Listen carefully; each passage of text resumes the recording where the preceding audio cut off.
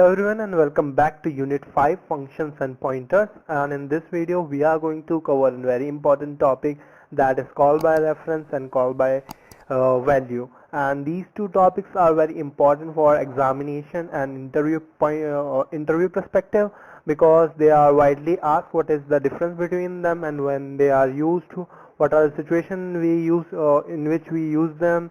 And before understanding that, we need to understand the concept of you can say formal parameters and actual parameter. So let's begin. So formal parameters and actual parameters, or you can say them an formal argument or an actual argument. Okay, so the actual argument, you can say the parameter that appears in a function call statement is called actual parameter, and they may be expressed as an variable or an constant or even as an expression.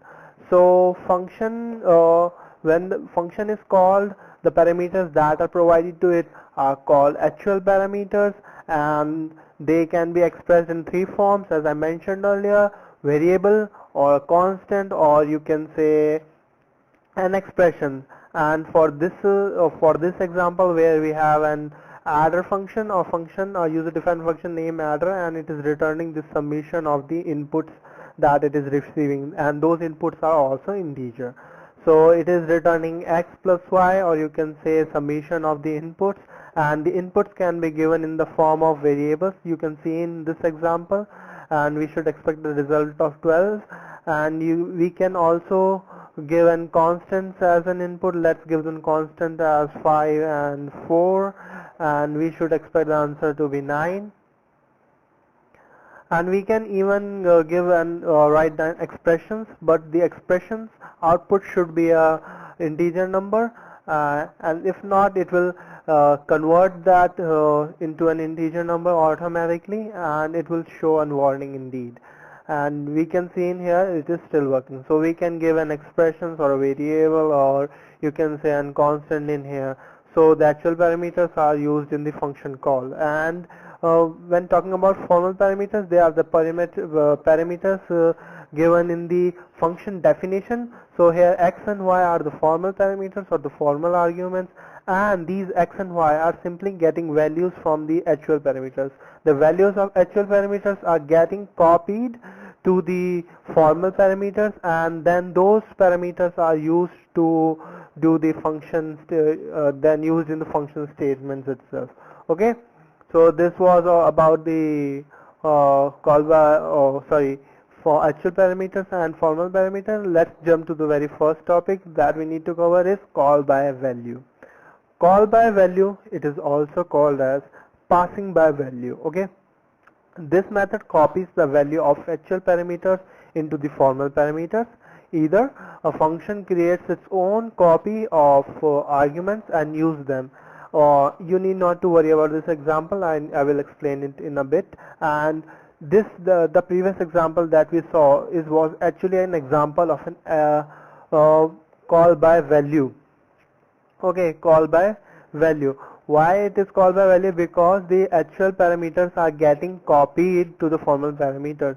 A copy of actual parameter is actually getting passed to the formal parameter, or you can say formal parameter is generating a copy of an actual parameter, and that copy is used in the statements. Not the original values or the original variables are not tempered.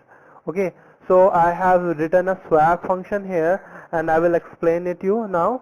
So the function is what the function is going to do. It is simply going to swap the values of the variables. Okay, so it is going to insert the value of first integer variable to second, and second to first. And you can see here this is the prototype. Now getting to the definition of the swap function. So it is since the return type is void, it is not going to return anything, and it is obvious, very obvious, that it should not be returning anything because it is expected to just swap the values. Okay, so I am using the third variable for swapping the values. You can see in here x value of x is getting getting to the z, and then x is getting the value of y, and y is getting the value of x, which is, or you can in form of z itself. So then we are printing the statement after swap, and then we are printing the value of first variable, that is x, and second variable y. And you can see here also, before swapping we are printing the variables, and when swap function itself will run, then it will print these statement, and after this statement we are again printing the value of x and y. And don't get confused with the x and y used in this main function and the x and y used in this formal parameter.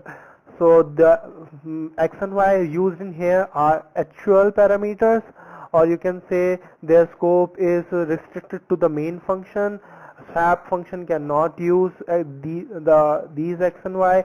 The x and y used here are different from x and y used here, and I can show you that also in a bit after we run this program. And before that, I would like you to write the output of the program yourself and see if it is different from the expected result or not. So let's run the program.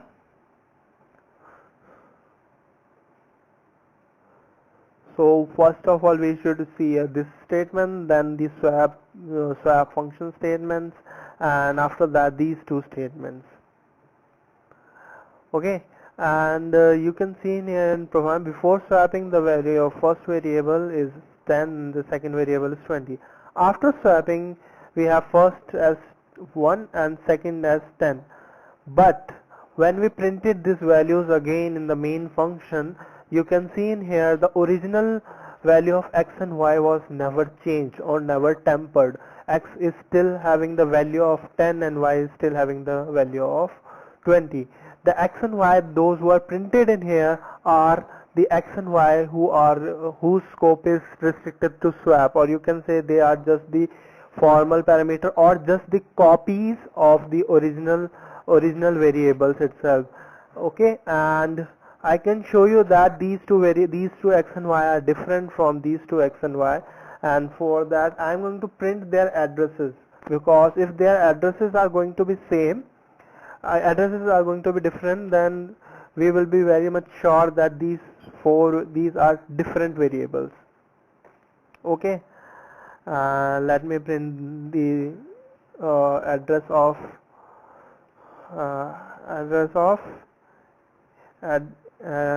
let's print this address of x, which is swap. So I'm writing dash s, and address of y, and it is of for swap function.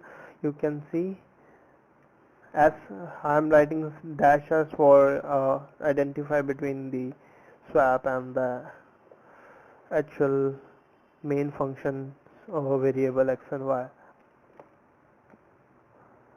And main, I would say m. Let's run the program now.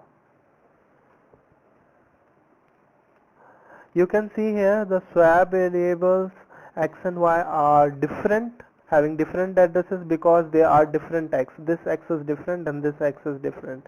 And you can see there all the four variables have the different addresses. This shows that the value is been copied. So you can now understand this diagram clearly, that these two x and y belongs to the main function and these two to the swap function. So the value of x is here been copied to the x of swap, and the value of main function y is being copied to the swap y. Okay, and you can even change the name of variables. If it is bit confusing for you, we can use a and b also. But before that, let me show you how we can use the call by reference concept to tamper with the original values. Okay, so the call by reference says in this method no separate copies are created, or it should be are created for the formal parameters. Instead they share the same location of the actual parameters. So what it is saying that, what it means that we are not going to use any separate copies of original variables. We are going to use these same variables we are going to use, But how we can use these same variables inside a swap inside another function? It is very obvious. The scope of x and y, or you can say we can only access or use this swap, use these x and y in this main function only. We cannot use these x and y in this function. Okay, it is not accessible. So the solution for that is pointers.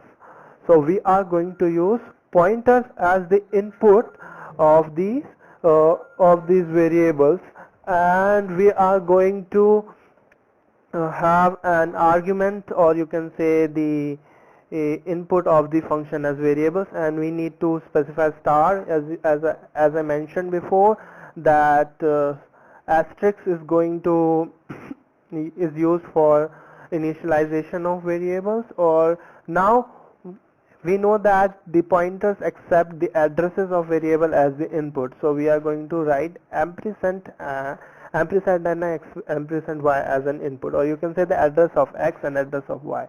Now these x and y are going to point to the original x and y, and if we are going to temper the value at these addresses, we are going to temper with the original x and y itself. Now we can see the warnings here. Why we are getting these warnings? Because x is a pointer and z is an integer, so we cannot store whatever is stored in x. What is stored in x? An address of the variable, and we cannot store an address of a variable in z. So we need to use asterisk, that stands for value at the address the x is storing. So similarly goes for the y, Okay, so now here also we need to print out the values only, and now you can see the original values are going to get changed, and we can run the program and check it ourselves. You can see here now, first variable 10, 20. After swapping, first variable is 20 and second variable is 10. And after the execution of swap function, you can say that original values are also changed. Why it is happening? So you can see here in the diagram, these are x and y pointers of swap variable, and you can see here this x is storing the address of the original x, and this y is storing the address of the original y. And when we are tampering with the value at the address that is storing, what is the value at this particular address, or this pointer is indirectly you can say this pointer is pointing towards this variable, and when the address at this 32155 address value is changed, value at this address is changed, the value of y variable of main is itself changed. So this is how call by reference, or you can say pass by reference or pass by address is used. Okay, we use pointers as the input to the function, and they in turn result in the tampering of the original values of the main function, or you can say that we can tamper with the original values using the call by reference method. Okay, and this was all about call by value and call by reference. If you have any doubts related to this concept, and you can comment it down below, or you comment it down below, we will be glad to help you out, and we will try to solve your query as soon as possible. So see you in the next video.